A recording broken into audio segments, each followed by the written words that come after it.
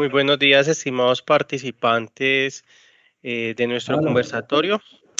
Les damos las gracias a las personas que nos acompañan y les pedimos el favor de permanecer unos minuticos más conectados mientras damos inicio con nuestro conversatorio del día de hoy y mientras se terminan de conectar las personas.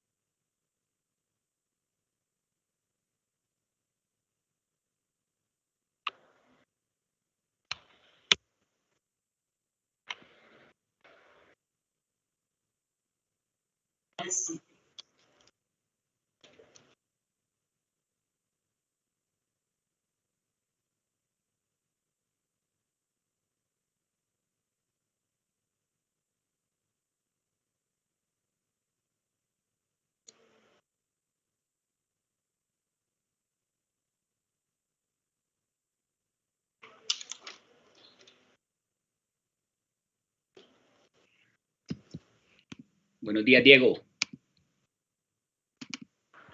Hola, Henber, muy buenos días. ¿Cómo estás? ¿Nos escuchas? Sí, perfecto. ¿Cómo estás? ¿Cómo te ha ido? Muy bien. De verdad que muchísimas gracias por acompañarnos nuevamente en esta mañana. Por ahora yo te veo súper bien y te escucho muy bien. Perfecto. Perfecto, súper. Entonces vamos a iniciar con nuestro conversatorio que tenemos para el día de hoy. Agradecemos pues especialmente del Consejo Mundial de Energía de Colombia y de OG y Legal Service a todas las personas que nos acompañan en esta mañana con este conversatorio de alumbrado público, retos y oportunidades. Quien les habla es Diego Vargas y en esta mañana los estaré acompañando como moderador de la plataforma. Antes de iniciar, pues les recuerdo que esta sesión es grabada y posteriormente estaremos compartiendo los videos con cada uno de ustedes. Por tal motivo, invitamos a las personas que estén de acuerdo a permanecer en la plataforma. Les pedimos también enormemente el favor que durante todo el conversatorio mantengan sus cámaras y micrófonos apagados para no interrumpir con la calidad del video. Las personas que nos acompañan mediante nuestra plataforma de Microsoft Teams pueden ir realizando durante el conversatorio las preguntas en el chat que yo las estaré leyendo al finalizar, y las personas que nos están acompañando desde nuestro canal de YouTube que están conectadas también lo pueden realizar en el chat, que nosotros las estaremos tomando para poderlas leer al finalizar la sesión. Antes de iniciar, pues damos un agradecimiento especial a nuestros patrocinadores PT y Siemens, que gracias a ellos es posible realizar todo este tipo de actividades durante el año. Les recordamos que nosotros somos el Consejo Mundial de Energía Colombia, somos una organización multienergética que nuestra sede principal se encuentra en Londres y estamos desarrollando constantemente todo este tipo de actividades, eventos, muchos de ellos son gratuitos, a los cuales todos ustedes están cordialmente invitados. También pues realizamos unos estudios que los podrán encontrar en nuestra página web, y lo que pretendemos con estos es darles lineamientos de hacia dónde va el sector energético. Agradecemos nuevamente al doctor Enver, que nos acompaña de OG Legal Service, quienes son miembros activos de nuestro comité y siempre nos acompañan en todo este tipo de actividades académicas que generan gran valor agregado para cada uno de nuestros asistentes. El doctor Hember es abogado, socio y fundador de OG Legal Service, y su experiencia pues ha sido en el mercado de energía mayorista y el mercado de gas natural. Cabe resaltar que Hember es magíster en energía renovable y también pues cuenta con estudios de posgrados como especialización en regulación de energía eléctrica y gas, tiene una especialización en Derecho Minero Energético, cuenta con una especialización en Servicios Públicos Domiciliarios y especialización en Derecho Contencioso y Administrativo en todas las universidades de Universidad del Externado, perdón. También pues trabajó en firmas y pues tiene un alto perfil en esta mañana y firmas como abogados para los equipos de energía eléctrica, de gas natural.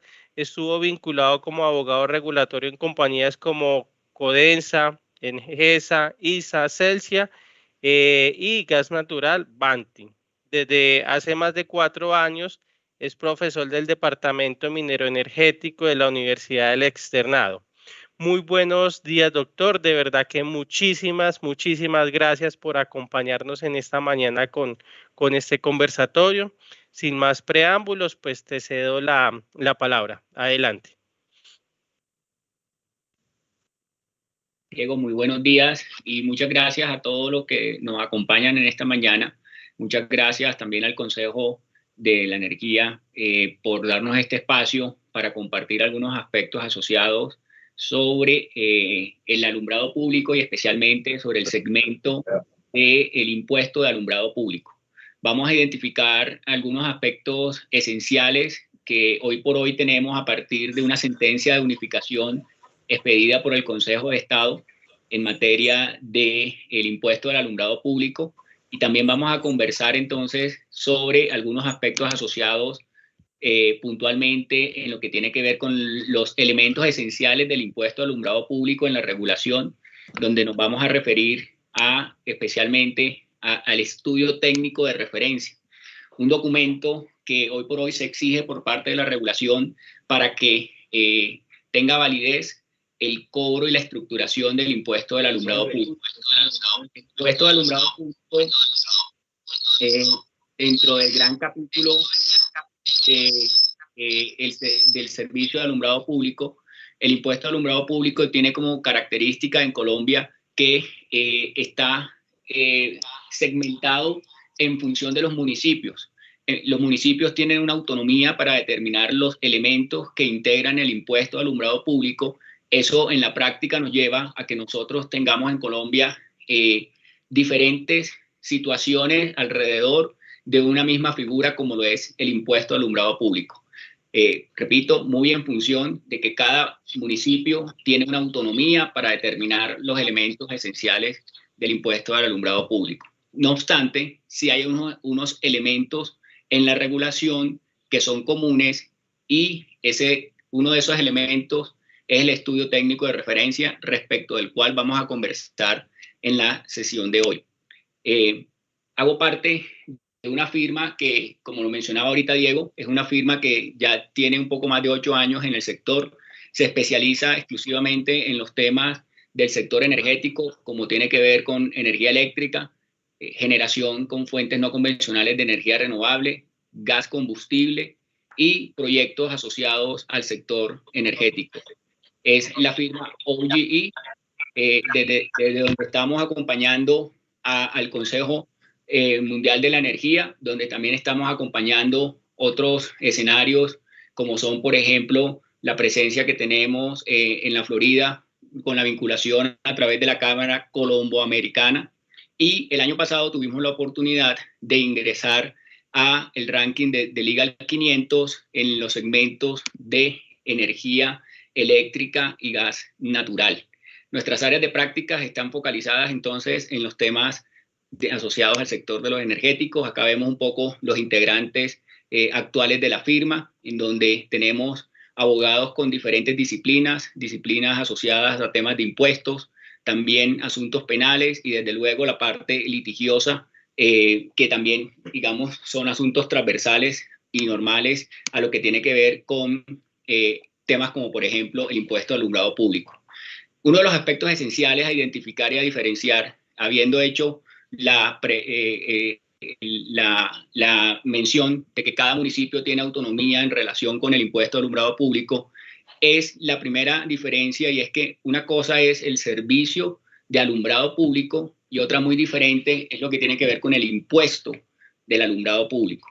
El servicio de alumbrado público está definido como un servicio público no domiciliario que se presta con el objeto de proporcionar exclusivamente la iluminación de los bienes de uso público y demás espacios de libre circulación con tránsito vehicular o peatonal dentro del perímetro urbano y rural en un municipio o un distrito. Y ahí empezamos a identificar algunas diferencias que tienen que ver con los sujetos activos para el cobro del impuesto de alumbrado público. Tenemos entonces municipios y también tenemos desde luego entonces distritos.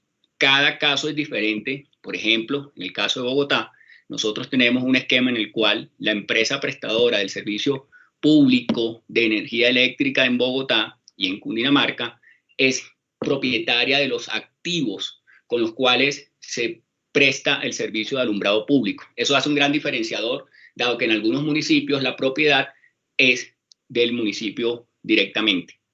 Y en cuanto al impuesto del alumbrado público, nosotros lo debemos ya identificar como un gravamen de orden municipal que tuvo origen principalmente en la Ley 97 del 1913, en donde se autorizó y tuvo aplicación inicialmente en Bogotá y después se hizo extensivo a los diferentes municipios en Colombia. Con ese gran diferenciador, repito, vamos entonces a enfocarnos en tres aspectos esenciales. Uno es las reglas para ser sujeto pasivo del impuesto del alumbrado público. Dos, el estudio técnico de referencia como un documento esencial para la estructuración del impuesto de alumbrado público. Y tres, vamos entonces a dar espacio un poco a líneas de acción frente a las situaciones que hoy se pueden estar evidenciando como una oportunidad de mejora en materia del impuesto del alumbrado público. En el primer punto, nosotros vamos a tomar un punto de partida o una sentencia de partida en este caso, y es la sentencia de unificación jurisprudencial que fue pedida por parte del Consejo de Estado. En esta sentencia nos señalan y nos advierten quiénes son los sujetos pasivos o qué elementos debe tener alguien para ser considerado como sujeto pasivo del impuesto de alumbrado público. Es una sentencia que de gran aporte en materia del impuesto de alumbrado público en la medida en que va identificando unas reglas y subreglas que se deben cumplir por parte del sujeto activo del impuesto de alumbrado público, es decir, aquel sujeto que cobra, que liquida el impuesto de alumbrado público. Y es importante también que lo identifique entonces aquel agente o aquel usuario que tiene que pagar el impuesto de alumbrado público. En función de eso, solamente hacer énfasis en el primer aspecto que menciona esta sentencia, y es que la sentencia nos recuerda y nos hace énfasis en que quién es el sujeto pasivo. Repito, en este caso tenemos los municipios, quienes pueden ejercer ese cobro y esa liquidación del impuesto de alumbrado público. Aquí es importante identificar que hay una interacción entre la alcaldía municipal y los consejos municipales, dado que se requiere, es un presupuesto esencial para poder expedir las liquidaciones del impuesto de alumbrado público, que existe un acuerdo municipal que desde luego, digamos, surte un trámite en esta colegiatura a nivel municipal. En lo que tiene que ver con el hecho generador, entonces ya entramos un poco a lo que tiene que ver con lo que la regulación y lo que la jurisprudencia ha mencionado, es que tiene que ser un potencial receptor del servicio de alumbrado público. Y está resaltado porque este potencial receptor o la expresión potencial en la práctica ha dado para un sinnúmero de interpretaciones en las cuales básicamente aquel que esté en disponibilidad de recibir el servicio como tal automáticamente se convierte en sujeto pasivo de este impuesto. Eso, digamos, como dos de los elementos esenciales que son la introducción de esta sentencia de unificación. Ya en el detalle, la sentencia nos hace referencia al menos a 6 reglas y subreglas que son vitales para identificar cuándo se es sujeto pasivo del impuesto de alumbrado público. La primera que nos menciona la sentencia de unificación es ser usuario del servicio domiciliario de energía eléctrica.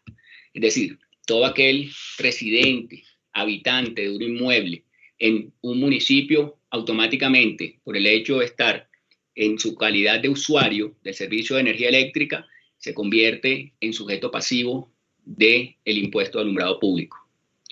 Segundo aspecto o segunda regla que menciona el Consejo de Estado, la propiedad, posesión, tenencia o uso de predios en determinada jurisdicción municipal. Aquí entonces encontramos también en la práctica diferentes interpretaciones respecto de lo que debe ser esa propiedad. Algunos en la práctica hacen referencia a que debe ser propiedad sobre activos consumidores de energía eléctrica. Otros, en cambio, de pronto una interpretación un poco más amplia, lo que mencionan es que no necesariamente, sino cualquier tipo de propiedad activa automáticamente la condición de sujeto pasivo del impuesto de alumbrado público.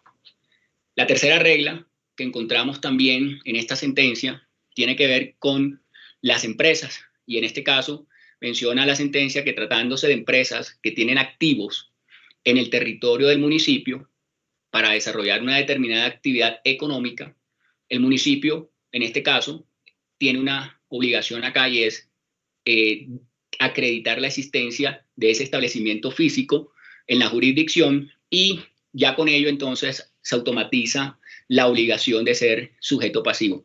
Repito, en la práctica, todas estas reglas que estamos viendo acá, estas 6 reglas, tienen diferentes interpretaciones, y eso es un poco lo que en la práctica da el debate de un adecuado o no cobro del impuesto al alumbrado público.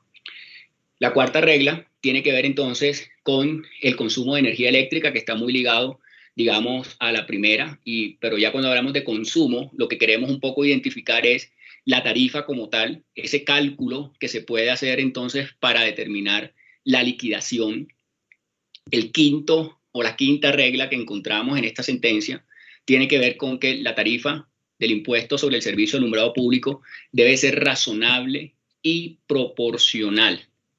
Y aquí me detengo un poco para mencionar algo que en la práctica hemos notado en algunos municipios, y es que, como suele ser normal, en algunos municipios pues existen sujetos con mayor capacidad de pago o que desarrollan una actividad económica de mayor tamaño que otros que se encuentran en ese mismo municipio. Pues bien, en la práctica, ese simple hecho de tener mayor capacidad económica, de desarrollar una actividad en la industria con mayor representatividad versus otra, lo convierte en un sujeto especial y automáticamente se hace merecedor de pagar más en cuanto a la liquidación del impuesto del alumbrado público, lo cual podría ser, si lo vemos desde una perspectiva económica, puede ser un incentivo perverso para que precisamente esa empresa que se está sintiendo con mayor obligación en el pago, pues adopte eventualmente algunas medidas, como por ejemplo retirarse de ese municipio en función de que, repito, se aplica esta regla que estamos viendo acá como número 5. Como número 6, encontramos entonces la obligación de probar esa razonabilidad y esa proporcionalidad en lo que tiene que ver con el cobro del impuesto de alumbrado público. De manera que hoy por hoy es el primer punto de esta conversación. Lo que conviene identificar es que hoy por hoy tenemos una sentencia de unificación, una sentencia que tiene unas reglas y unas subreglas para identificar cuándo se es sujeto pasivo del impuesto de alumbrado público.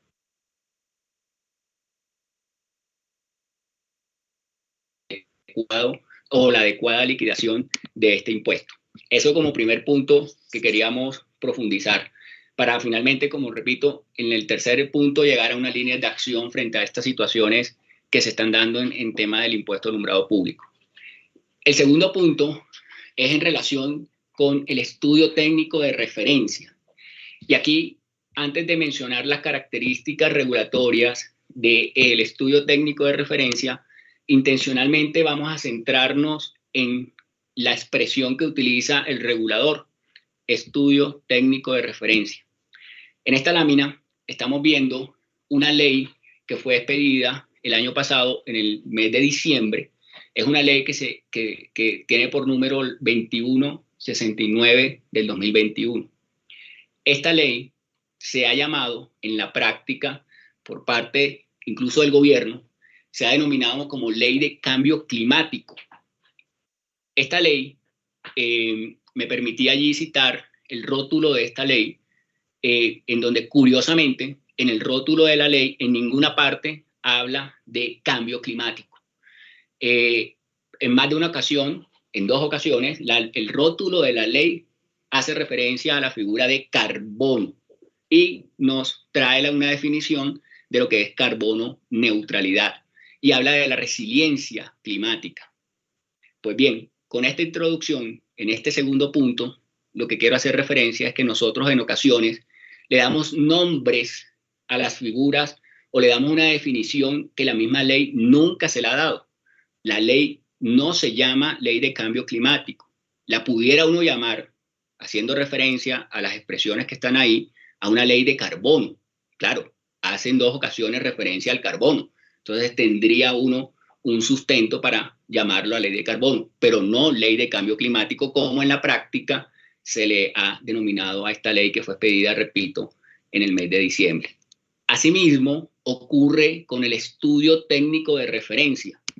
Entendemos en algunos escenarios, lo hemos visto, que se ha entendido que por utilizarse la expresión de referencia, no es el contenido del estudio técnico, no resulta obligatorio para los municipios, lo cual, digamos, haciendo un ejercicio de la definición de las palabras, acudimos entonces nada más ni nada menos que pues a la Real Academia Española y consultamos en el diccionario lo que uno debe entender en el adecuado español, lo que uno debe entender por referencia, para entonces ver si esa posición que ha hecho eco de que el estudio técnico de referencia no es obligatorio, tiene o no sustento en este caso en la definición o la expresión referencia. Y lo primero que vemos es que el diccionario nos dice referencia es relación, dependencia, ojo, o semejanza de algo respecto de otra cosa. Semejanza lo utiliza la Real Academia Española. Entonces, haciendo uso del buen español y acudiendo a las definiciones y a las fuentes oficiales de las definiciones, vemos que cuando se utiliza la expresión estudio técnico de referencia, no quiere decir la expresión referencia que sea algo obligatorio, que sea algo opcional, perdón, que sea opcional. No, todo lo contrario. El estudio técnico de referencia tan vinculante es que es la semejanza de lo que se está dando en la liquidación. Tiene que guardar una relación entre la liquidación que se hace del impuesto de alumbrado público. Repito, con el ejemplo de la ley que ya se ha llamado ley de cambio climático, en donde en ninguna parte dice que se llama ley de cambio climático, pues nosotros tenemos que aprender a utilizar las definiciones de la manera adecuada. Y en este caso, estudio técnico de referencia no significa que es algo optativo, que es algo que podemos o no utilizar. Se tiene que utilizar, es vinculante lo que se encuentra en el estudio técnico de referencia respecto de la liquidación del impuesto de alumbrado público. Repito, quería hacer énfasis en esta parte porque en la práctica nos hemos encontrado con algunas expresiones de representantes de algunos concesionarios, algunos municipios, en donde nos dicen es que el estudio técnico de referencia no es obligatorio porque es de referencia. No, señor, todo lo contrario, porque es de referencia es que es obligatorio, porque referencia es algo que se asimila, que es similar a otra cosa, como ya lo vimos en la definición que nos trae el diccionario de la Real Academia Española. Otro punto importante en relación al estudio técnico de referencia, y por eso en esta lámina estamos viendo varias manitos, es que es un estudio técnico y al ser técnico involucra diferentes especialidades. Es decir, debe ser el resultado de la suma de diferentes disciplinas, dentro de las cuales, desde luego, hace peso la parte técnica de los ingenieros, pero también hace peso la parte del economista. Recuerden que al final se están determinando aspectos para una liquidación de un tributo. Y finalmente también alguien que podría aportar para darle soporte a esa expresión de estudio técnico pues, abogados especialistas en los temas asociados a energía eléctrica, de manera que es el resultado, es la sumatoria de diferentes disciplinas. También, ¿por qué lo menciono? Porque en la práctica se tiende a pensar que solamente este documento puede ser elaborado, que las únicas personas que lo pueden elaborar son aquellos que están en la ciencia de las ingenierías o que están desarrollando las profesiones de ingeniería. ¿Por qué lo menciono? El estudio técnico de referencia, por disposición de la regulación, es obligatorio al momento de estructurar en un municipio el impuesto de alumbrado público. Es decir, este documento tiene especial cuidado en su formación. Si en su formación no desarrolla el componente técnico, pues inmediatamente estaríamos entonces en una situación de eventual incumplimiento a lo que tiene que ser la adecuada formación de ese documento como tal. Y respecto al estudio técnico de referencia, vamos a mencionar algunos aspectos, vamos a mencionar 8 aspectos relevantes, habiendo hecho de manera previa esas precisiones en cuanto a la expresión referencia. Lo primero es que la ley dispuso que para la determinación del valor del impuesto de alumbrado público, los municipios y los distritos deberán considerar como criterio de referencia el valor total de los costos estimados de prestación en cada componente de servicio, para lo cual deberá realizar un estudio técnico de referencia. El estudio técnico de referencia debe cumplir con unos presupuestos mínimos, entre ellos, sin ser los únicos, el de transparencia y desagregación de costos, lo cual garantiza que la base en que se soporta la liquidación del impuesto cumpla las exigencias técnicas en la práctica. Muy a pesar de ello, vemos que algunas liquidaciones pues no son del todo razonables o en algunos casos tampoco encuentran sustento 100% en aquello que en lo que deben ser similares, que es, repito, el estudio técnico de referencia. El estudio técnico se convierte en un vínculo de semejanza entre la liquidación y los componentes que debe cumplir la liquidación. De manera que aquí encontramos algo muy importante, y es, al momento de darse la liquidación, uno de los documentos fundamentales, esenciales para una correcta liquidación es que primero es que el estudio se haya hecho de manera adecuada, pero también que la liquidación sea coherente con lo que está en el estudio técnico de referencia. Dentro de las características que tiene el estudio técnico se destaca que todos los municipios deben tenerlo si desean realizar el correcto cobro del impuesto del alumbrado público, y algo muy importante es que al estudio se le debe dar publicidad en la página web del municipio. En la práctica, no todos los municipios tienen el estudio técnico de referencia, pero en cualquier caso, cuando lo tienen, y es en la gran mayoría, no se hace una publicación de ese estudio técnico de referencia. Solamente se hizo, se contrató, se realizó el estudio y se guardó el estudio técnico de referencia, donde en cualquier lugar, pero en la página web del municipio no se encuentra. Y como sabemos, con el ánimo de brindar transparencia a todas las actuaciones, en este caso de una entidad territorial que debe cumplir esos principios de transparencia, se hace un llamado a que deben estar publicados en la página web los estudios técnicos de referencia. Eso en cuanto al principio de transparencia. Por otro lado, el estudio técnico de referencia tiene un contenido mínimo. Adicionalmente, repito, el estudio técnico de referencia debe ser coherente y guardar relación. Incluso en algunos casos debería ser similar a lo que se está reflejando en las liquidaciones del impuesto del alumbrado público. Ahora bien, si esas son las características que tiene el estudio técnico de referencia, lo que sigue es entonces identificar qué contiene el estudio técnico de referencia. Y aquí nuevamente hago énfasis en algo, y es, para la adecuada liquidación del impuesto del alumbrado público debe haber una adecuada formación de un estudio técnico de referencia, dentro de los cuales hay unos presupuestos de forma, pero también en su interior debe cumplir con unos mínimos. Esos mínimos están definidos también en nuestra regulación y en nuestra legislación. Son estos que estamos viendo acá. Estamos viendo 4 elementales, dentro de los cuales destacamos lo que tiene que ver con el estado actual de la prestación del servicio, lo que tiene que ver con la cobertura, calidad, eficiencia, en relación con el inventario de luminarias y demás activos de uso exclusivo del alumbrado público. Y ahí nuevamente encontramos una oportunidad de mejora, y es que en la actualidad, por diferentes razones, primero, las luminarias hoy por hoy no están cumpliendo con un criterio de eficiencia en donde se debe dar una sustitución para que precisamente podamos entonces reflejar unas mejoras en lo que tiene que ver con la iluminación y también con el consumo de la energía eléctrica.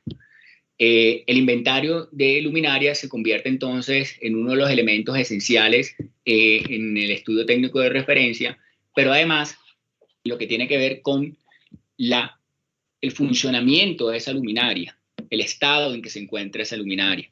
Eso también resulta esencial que se detalle en lo que tiene que ver con el estudio técnico de referencia. También encontramos algunas disposiciones en lo que tiene que ver con la desagregación de la información. Asimismo, encontramos algunos aspectos asociados a la actualización. La norma nos dice cada cuánto se debe actualizar este estudio técnico de referencia, cada cuánto se debe contratar el estudio técnico de referencia.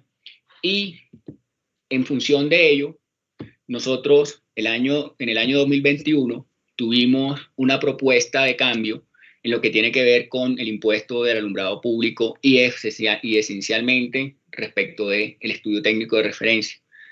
En el 2021, la Comisión de Regulación de Energía Eléctrica y Gas expidió su resolución 37, en la cual diseñó algunos aspectos novedosos para el estudio técnico de referencia, en donde básicamente se destaca que en la nueva regulación, es decir, en la que se va a expedir y la que va a entrar en vigencia para modificar el marco existente, que es la 123 del 2011, se dice que la determinación, ojo a esto, de costos máximos por la prestación del servicio de alumbrado público en pesos corrientes y no remuneración del alumbrado público en pesos corrientes. Nos hace un cambio de una fórmula y nos advierte que se va a establecer entonces un máximo para poder identificar el cobro del impuesto del alumbrado público, o lo que hoy por hoy hace parte de los componentes y de la base para la liquidación del impuesto del alumbrado público. Eso como un segundo punto que teníamos para mencionar, y era destacar las condiciones del estudio técnico de referencia como uno de los documentos esenciales para el adecuado cobro del impuesto del alumbrado público. En función de ello, y en la práctica, nosotros hemos visto que en algunos municipios se replica el estudio técnico de referencia que realizó otro municipio aledaño, cercano, y peor aún en algunos casos que geográficamente no se encuentran cerca, pero sencillamente cogen el mismo estudio técnico de referencia y lo adaptan a su municipio, cambiando de pronto un par de cosas. Ya no se va a llamar, por ejemplo, el de Corozal, sino que se va a llamar el de Magangué. Pero es el mismo estudio técnico de referencia.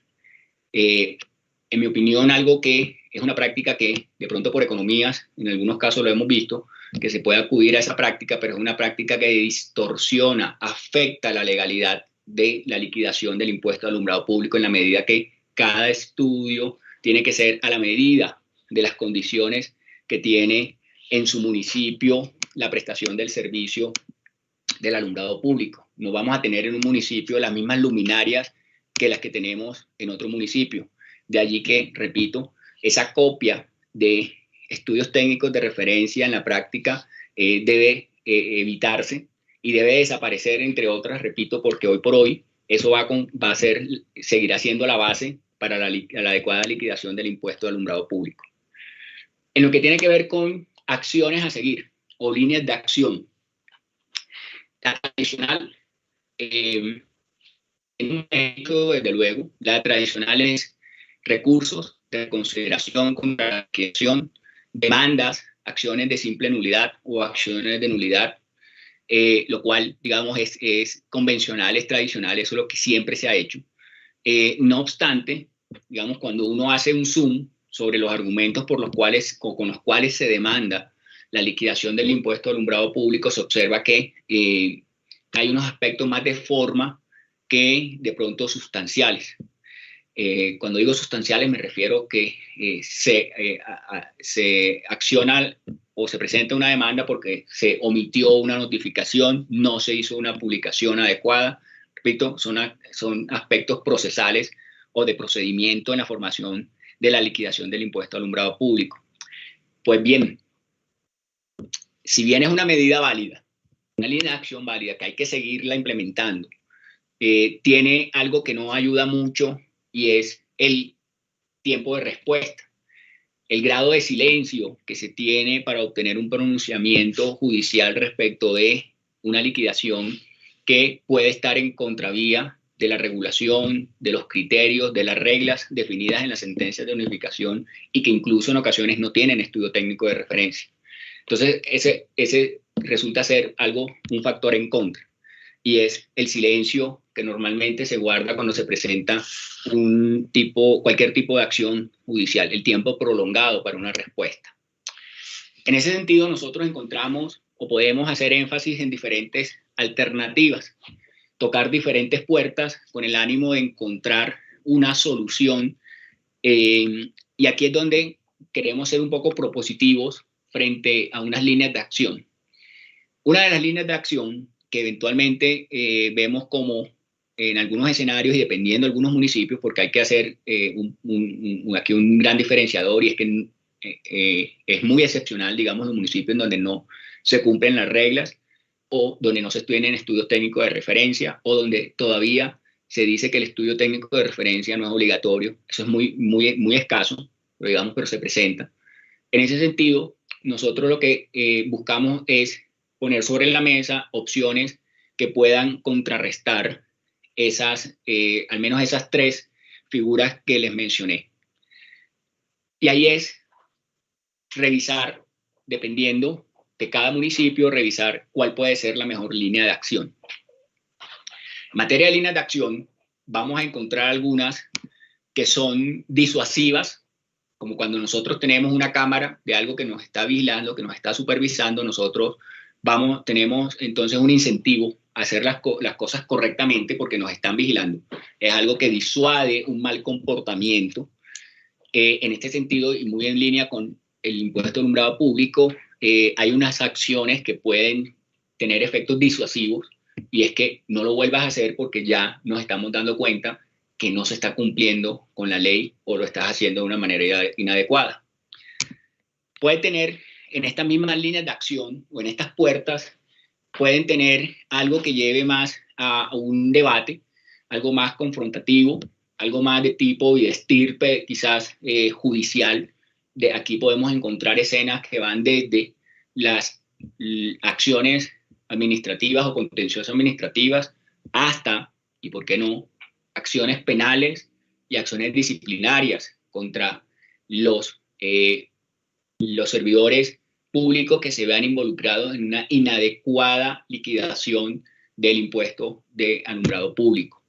Desde luego, esta no es, digamos, la que uno debería agotar. No obstante, dentro de esas puertas y esos escenarios, pues hay que mencionarla. Repito, algunas líneas de acción con carácter disuasivo, otras más con un ánimo confrontativo y otras constructivas. Y acá quizás es la que puede ir muy aparejada de las acciones judiciales, y es construir con los concesionarios, con los municipios, con el regulador, con el legislador, situaciones que favorezcan y normalicen una adecuada liquidación del impuesto del alumbrado público. No obstante, desde luego, en la práctica, las buenas intenciones van perdiendo fuerza en la medida en que se van encontrando algunos obstáculos o algunas prácticas que no son las más adecuadas, y le toca a uno, en la escena de la consultoría, pues devolverse a algo más de debate o algo más confrontativo o algo más disuasivo. Pero repito, creo que en ese portafolio de líneas de acción, tomando estos tres efectos, creo que el constructivo podría darnos mejores alternativas. Y entonces la pregunta que surge es, ¿constructivo en qué sentido? Pues bien, a nivel del impuesto de alumbrado público, nosotros podemos identificar que existen 3 responsables esenciales en la correcta liquidación del impuesto de alumbrado público. Esos 3 responsables esenciales los estamos viendo en este momento. El primero es el alcalde, el segundo son los concejales. Recuerden que la base es un acuerdo municipal. Y el tercero, un poco más, en una figura que ha tenido un gran desarrollo, es la concesión del impuesto del alumbrado público. Allí, entonces, repito, encontramos 3 responsables y en función de los responsables podemos nosotros activar esa ventana o esas puertas como líneas de acción. Pero repito, antes de abrir la puerta hay que analizar cada situación particular. Y no pasa nada si se abre la puerta y no se encuentra una solución. Se cierra inmediatamente y se busca otra alternativa que puede estar en otra puerta y a través de otra línea de acción. ¿Cuáles podrían ser entonces esas líneas de acción en materia de una escena constructiva? Y repito, dejando de último lo confrontativo. Primero es reuniones ante nuestro regulador para que precisamente estas propuestas, como las que están contenidas en la resolución 37, tengan un feliz término o una vigencia, incluyendo algunas situaciones que mejoren lo que se ha evidenciado en la práctica respecto de abusos en la liquidación del impuesto de alumbrado público. 2, sin duda que hay que crear una masa crítica y por eso, digamos, agradecemos este espacio que nos brinda el Consejo Mundial de la Energía y es la labor de socializar estas situaciones que se ven, estas prácticas que se ven en la realidad, con el ánimo de tener una masa crítica y esa masa crítica, digamos, tome o sirva de vocero para tomar una decisión. Aquí, repito, los gremios son esenciales, también desde luego las cámaras de comercio y todo lo que agrupe industriales o potenciales sujetos pasivos, pues toma especial relevancia. Mesas de trabajo con algunos líderes de municipios y gobernaciones. Pues bien, así como les mencionaba, que hay diferentes puertas, puede ser que una, no estoy diciendo que esa sea la única, sea ese acercamiento para hablar y socializar con las personas que están al frente de las alcaldías o los consejos. Ahora, cuando yo digo el acercamiento, ahora la pregunta es ¿qué tipo de acercamiento? Yo creo que aquí hay que, digamos, desarrollar un acercamiento pedagógico, es socializar cómo está funcionando hoy o cómo se está viendo a nivel de Consejo de Estado, las reglas, las subreglas, cómo se está viendo a nivel de la regulación, cómo se está viendo a nivel de las nuevas leyes que tenemos. No en vano cité la ley de carbono, no en vano tenemos nosotros una ley de transición energética y tenemos un COMPES de transición energética en donde el tema del alumbrado público toma especial relevancia. Es decir, hay que socializar lo que hoy por hoy se está dando en materia legislativa alrededor de la transición energética, alrededor de la eficiencia energética, alrededor de la descarbonización, porque sin duda el alumbrado público tiende a ser uno de los actores relevantes para que estas medidas se cumplan. Y encontramos disposiciones en materia, ahora sí, de cambio climático, en donde es un deber de los municipios implementar medidas de eficiencia energética o de reducción de emisiones contaminantes. En ese sentido, ese es el acercamiento que se puede plantear como una línea de acción, un acercamiento más de poner sobre la mesa lo que hoy se está viendo en materia legislativa. Y bueno, las dos últimas, repito, son, como todo, son opciones, ahí están sobre la mesa, se pueden acudir a ellas y son los temas ante las procuradurías, eventualmente contralorías y también temas de denuncias penales. Acá recordemos que todos los que participan, se involucran en este tipo de liquidaciones, tienen una responsabilidad. No por el hecho de que yo soy concesionario, estoy exento de algunas responsabilidades. Alguna te cabe. Puede ser que no sea penal, puede ser que no sea disciplinaria, pero alguna responsabilidad le cabe a cualquiera de los 3 principales responsables de una liquidación del impuesto de alumbrado público. Repito, no es la única, están sobre la mesa. La idea es que precisamente se identifiquen como unas ventanas o unas puertas que nos puedan llevar a unas oportunidades de mejora frente a lo que hoy se está viviendo en materia del impuesto de alumbrado público. Con esos 3 puntos queríamos compartir aspectos asociados al servicio de alumbrado público, en particular lo que tiene que ver con el impuesto del alumbrado público. Eso, digamos, como para precisar el tema que queríamos abordar en la mañana de hoy, pero también para hacer énfasis, ahora sí, a las situaciones que en la práctica se ven. Abusos, extralimitación de funciones, cobros exagerados, cobros en donde no se están cumpliendo las reglas y las subreglas definidas por parte del Consejo de Estado, y cobros o liquidación del impuesto de alumbrado público de manera desproporcional y también desconociendo los elementos esenciales que debe tener los estudios técnicos de referencia. Como todo tema es un tema sensible, es más fácil, digamos, encontrar unas posiciones del lado del sujeto activo de este impuesto. No obstante, repito, en una escena de compartir experiencias, queríamos dejar sobre la mesa que aunque es un tema retador, es un tema en donde básicamente, digamos, hay que hacer una fuerte gestión. Es un tema que, primero, no se puede pretender solucionar de la noche a la mañana, un tema con el cual el sector tiene ya manejo desde hace mucho tiempo y en algunas situaciones no se ha podido solucionar. De manera que es una gestión de tiempo, paciencia y de definición de estrategias, dentro de las cuales, repito, creo que la de la construcción hace buen eco para solucionar los problemas. Construcción de leyes o construcción de regulación que permita administrar esta situación que se ve hoy por hoy en la práctica alrededor de el servicio de alumbrado público. De nuevo, muchas gracias al Consejo por este espacio, también a todos los que nos acompañan, y bueno, quería también entonces dar el espacio, si están de acuerdo, para de pronto intervenciones, preguntas que se quieran realizar. Perfecto, doctor. De verdad que muchísimas gracias por su colaboración y apoyo. Vamos a iniciar con una pequeña sesión de preguntas e invitamos a las personas que estén en la plataforma de Teams, por favor, levantar la mano para cederles la palabra, y las que están conectadas desde el YouTube pueden realizarlas mediante el chat, que nosotros las estaremos leyendo. Iniciamos con una pregunta a cargo de Adiel. Adiel, adelante. Sí, muy buenos días, gracias.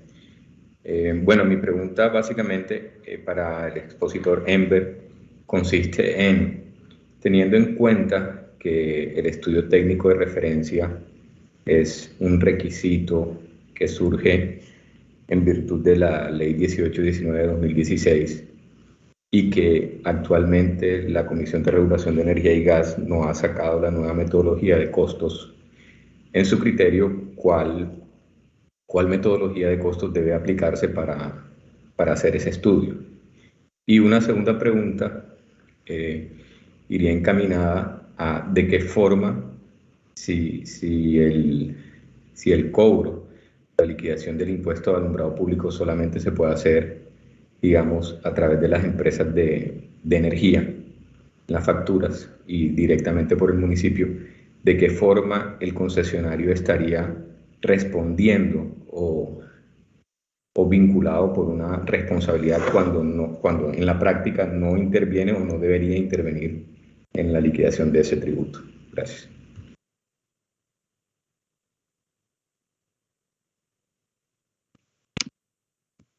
Adiel, un gusto saludarte, muchas gracias por acompañarnos en la mañana de hoy. Respecto de las dos preguntas, la primera, hoy estamos a la espera de que se consolide lo expuesto en la resolución 37. Es un borrador, Adiel, como lo tenemos identificado, y puede ser que no queden muchas de las cosas que se plantearon en la versión del 2021. Ahí queda anclada la responsabilidad en las firmas que elaboran estos estudios técnicos de referencia. donde hoy por hoy, aunque no tengamos, digamos, todavía definido o esperemos una mejor definición por parte del regulador, sí existen unos elementos esenciales en donde creo que en este caso la responsabilidad es del contratante, quien contrate el estudio técnico de referencia tiene que ser un poco ser excesivamente exigente, tiene que testear ese resultado que se consolida en los estudios técnicos de referencia. Casi que mi invitación es un poco a que uno le haga una auditoría a el contrato o al estudio técnico de referencia, una auditoría en el buen sentido, es decir, acá también, digamos, vamos a poner las escenas, y es que hoy por hoy el estudio técnico de referencia se caracteriza porque precisamente intervienen en él personas que tienen un alto grado de conocimiento, un mérito profesional para la elaboración de este tipo de documentos, de manera que no es tan sencillo que sea entendido, asimilado, comprendido en cualquier nivel.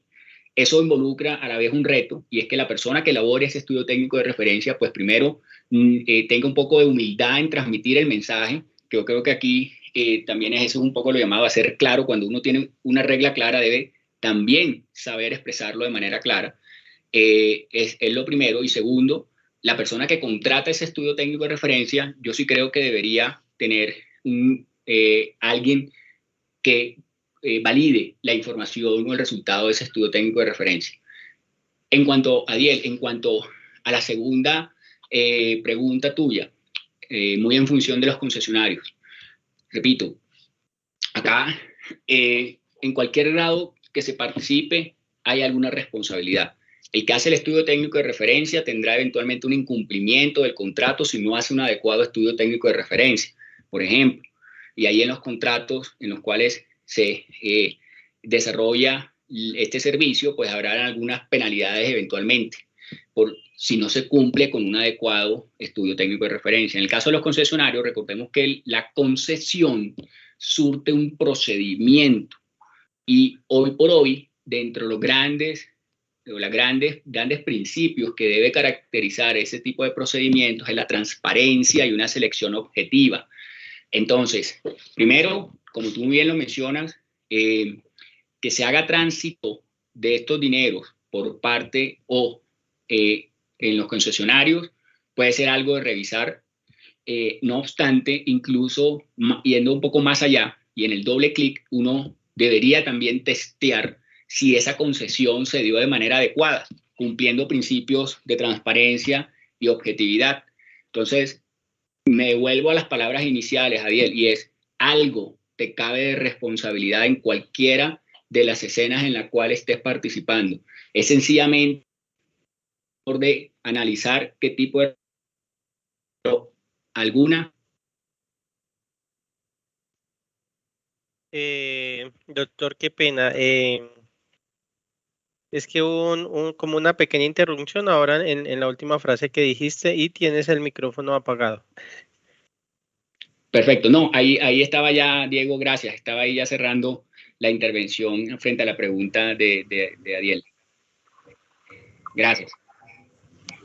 Perfecto, Adiel, de verdad que muchas gracias por la pregunta. Continuamos con unas preguntas del chat. Dice, este estudio es de público acceso, es decir, puede solicitarse al municipio.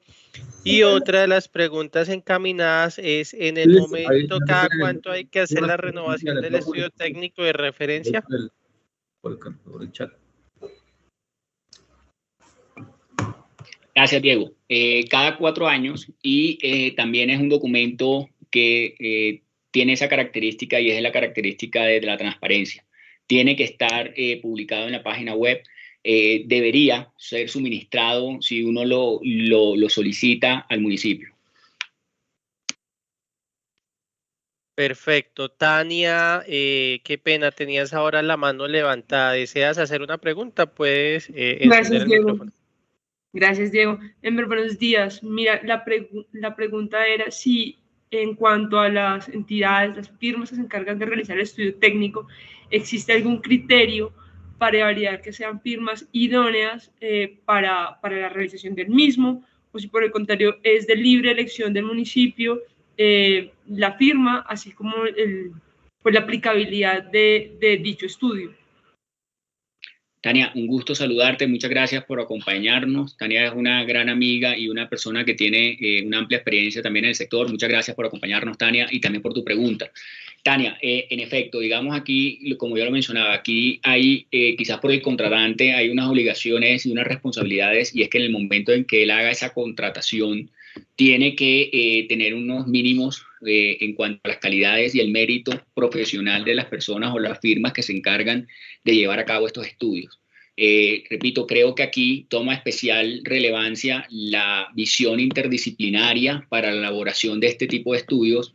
Y Tania, un poco lo que nosotros hemos visto en la práctica es que en una primera capa jurídica, siendo nosotros abogados, digamos, en una primera capa jurídica, normalmente lo que uno mira cuando está en el debate del impuesto al alumbrado público son los temas de forma, pero en una segunda capa o un poco más profundo uno diría si el estudio técnico de referencia es base para la liquidación, se hizo bien la contratación del estudio técnico de referencia, el estudio técnico de referencia tiene los mínimos que la regulación exige. Si no los tiene y si no se hizo una adecuada contratación, como tú lo mencionas, con personas que tengan mérito, pues puede entonces verse impactada la adecuada liquidación del impuesto.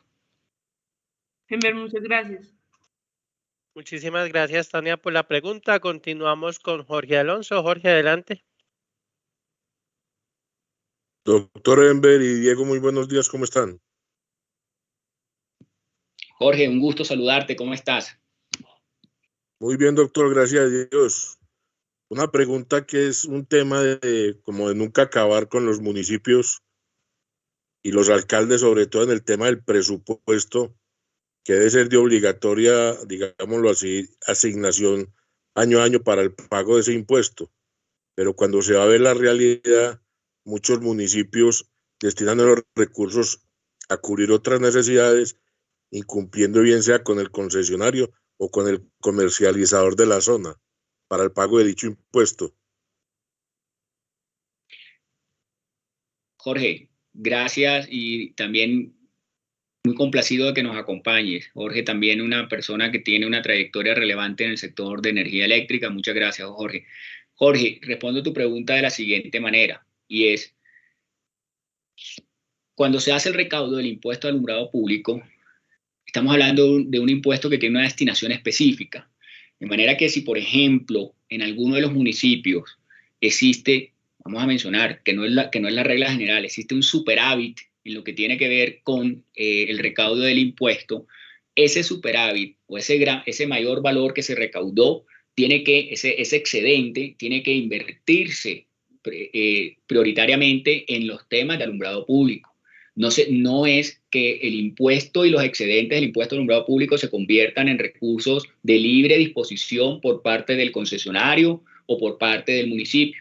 Entonces, ahí es donde cabe analizar, repito, las escenas disuasivas como son los temas disciplinarios, en la medida en que recordemos que pues, al final son dineros públicos y respecto a estos dineros públicos incluso caben escenas de acciones penales. Doctor, muchas gracias. Muchas gracias por la pregunta. Otra de las preguntas del chat, doctor Enver, es ¿a qué entidad se denuncia un mal estudio de referencia con la cual se están cobrando el impuesto a un municipio? Correcto. Aquí conviene identificar lo siguiente. Primero, ¿quién es el que está encargado de la contratación del estudio técnico de referencia? Son los municipios. Y en ese sentido, entonces, en las alcaldías, las empresas o las personas dentro de esta alcaldía encargadas de esta contratación tienen la primera responsabilidad y respecto de ellas, entonces, se podría hacer algún análisis de qué tipo de acción se podría ejercer respecto de una inadecuada contratación del estudio técnico de referencia. Voy a poner un ejemplo súper exagerado. Yo necesito hacer un estudio técnico de referencia y contraté un ingeniero astronauta para mandar el mensaje. Hice una mala contratación. Ese no es el ingeniero que yo requiero para este tipo de estudios. Tengo que contratar un ingeniero eléctrico, un ingeniero que tenga todas las calidades, que haya hecho al menos tránsito por alguno de los sectores y los eslabones de la cadena de energía eléctrica, especialmente distribución. En Colombia nosotros tenemos muy buenos ingenieros que hoy por hoy están en la línea de la consultoría y que merecen, digamos, el espacio para poder desarrollar este tipo de estudios técnicos. Entonces ahí es donde yo encuentro que puede haber alguna observación respecto de si se da una mala contratación del estudio técnico de referencia. Perfecto, doctor. De verdad que muchísimas gracias por todo el apoyo y colaboración que nos han dado en esta mañana. Bueno, vemos que Jesús Alonso desea hacer otra pregunta. Jesús, adelante. Sí, muy buenos días. Referente a la respuesta que dio el doctor, no fue muy general, pero no muy específico. Entonces quisiera, digamos que él hizo referencia al tema de responsabilidades en cuanto al municipio, las alcaldías, pero digamos que ¿cuál es el ente donde se puede denunciar eso? O sea, la Contraloría, Personería, digamos, ¿cuál de las heridas o la Superintendencia de Industria y Comercio, no sé? O sea, digamos, ser más específico, ¿dónde se puede, digamos, plantear esa denuncia? Claro que sí. Muchas gracias por la intervención. Voy aquí, Jesús, digamos, a compartir por nuestra experiencia. Digamos, fruto de nuestra experiencia, nosotros hemos presentado denuncias penales, nosotros hemos presentado quejas disciplinarias ante las personerías, ante la Procuraduría, en el caso de los servidores públicos. Para el caso de las personas o las firmas de ingeniería a cargo de la elaboración de los estudios técnicos de referencia, recordemos que como profesiones que requieren también una titulación y requieren también tener unos registros, nosotros hemos analizado incluso acciones disciplinarias en el ejercicio de la profesión cuando notamos que no se hace un adecuado estudio técnico de referencia. Nosotros como abogados, por ejemplo, tenemos el Consejo Superior de la Judicatura que vigila que nosotros actuemos con adecuada ética. Entonces, para responder tu pregunta de manera puntual, 1, denuncias penales ante Fiscalía. Si el tema es disciplinario, personerías o Procuraduría. Y si el tema es porque la firma de ingeniería elaboró un mal concepto o se alejó de lo que está en la regulación, podría entonces uno explorar acciones disciplinarias respecto de el ejercicio de la profesión por parte de esa firma de ingeniería o de ese profesional que participó en la elaboración del estudio técnico de referencia. Perfecto, doctor Hember. Nuevamente, pues muchas gracias por su pregunta. Agradecemos a Jesús también por las preguntas y a todas las personas que participaron con estas. Sabemos pues que las preguntas son muchas, pero lamentablemente el tiempo es demasiado corto. Agradecemos a todos los asistentes que nos acompañaron en esta mañana, tanto por nuestra plataforma de Teams como por nuestro canal de YouTube. Muchas gracias a todos. Bueno, muchas gracias. Hasta luego. Gracias. Gracias a ustedes, muy amables. Hasta luego. Gracias, hasta luego. Muchas gracias por todo.